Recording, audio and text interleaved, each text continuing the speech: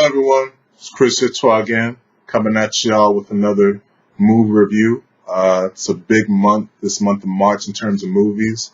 Reviewed Logan last week, and today I'm reviewing Kong Skull Island. It's a reboot of the King Kong series, and the second film in Legendary Pictures' new MonsterVerse, their new shared universe. First film being 2014's King Kong. And, it's as a monster movie, when you go into Kong Skull Island, you got to ask yourself, does this movie deliver in terms of a monster movie? And in that aspect, I think it does. I think it delivers more than 2014's Godzilla did, which just my thoughts on that movie. I think the stuff with Godzilla was fantastic. The fight at the end was fantastic.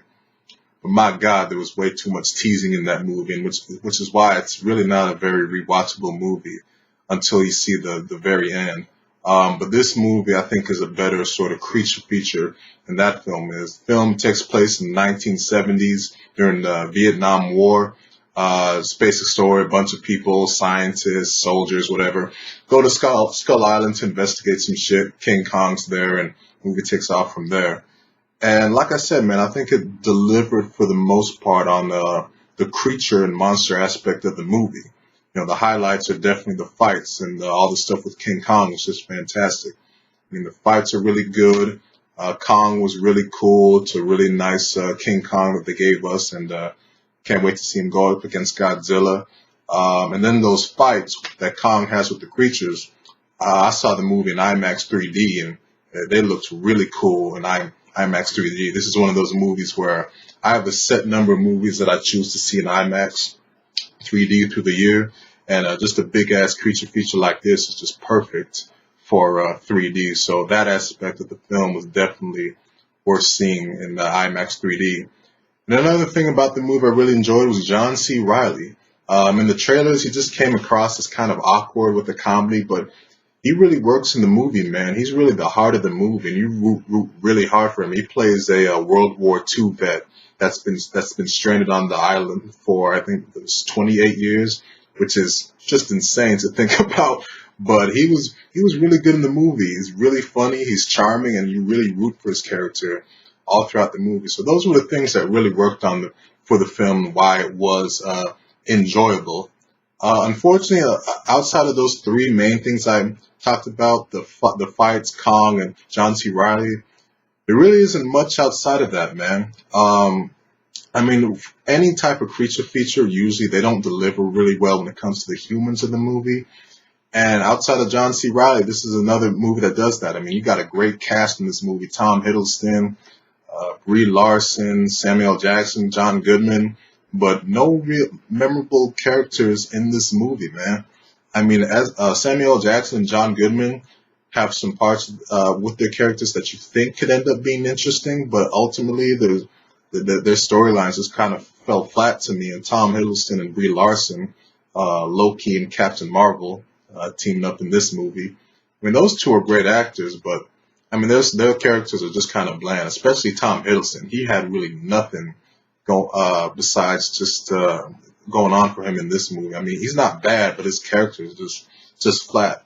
Brie Larson, her character is likable, but again, just sort of a cardboard cutout female character that you find in these movies, a sort of nice female that is able to be in touch with the monster, and she's the kind one, just sort of bland, whatnot.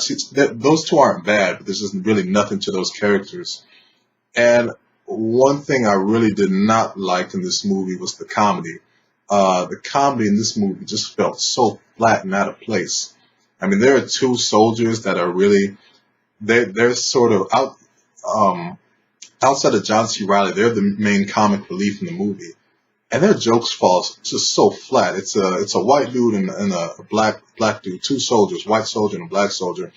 And just their banter was just not funny at all. And people in the theater, they were laughing, but it was almost like pity laughs, just laughing just because the comedy was so flat and so awkward. And everyone, you could feel it in the movie. I didn't laugh with any of their jokes. I thought they were so bad. So ultimately, the movie's problem is that it just doesn't aim very high outside the monster stuff. And that's really indicative of a lot of monster movies or movies where the main attraction is like a CG character or creature, if you will, like movies like Jurassic World, My Beloved Transformers, or Pacific Rim. I mean, the highlights of those movies are the CG creatures and whatnot, and Godzilla and King Kong. There's no exception. You lump those into that group of movies I mentioned. Those are the highlights of the movie. But for some reason, those movies outside of the CG aspect with the monsters, they just don't aim very high in terms of the characters and the writing, and ultimately it leaves you with the movie that's enjoyable. I did enjoy the movie. I would recommend people seeing it. But just doesn't aim very high outside of those creature aspects like the fights and the CG, which were fantastic, but it doesn't make for a movie that's all that memorable. Still fun, but not memorable. So overall, I'd give it a 7 out of 10. I enjoyed the movie. I'd recommend it just for those fights and King Kong. He was really cool in the movie. But just don't go and expect to be blown away or nothing like that. It's funny, the movie's at 78% on Rotten Tomatoes. I don't think I've ever seen a movie that's at 78% that's just been so analyzed so critically, if you will. Just in terms of people are noting like a lot of flaws in the movie to the point where if you watch some of the online reviews, which I've seen a lot of them, you would think the movie's at like maybe a 40% or 50% on RT, Rotten Tomatoes.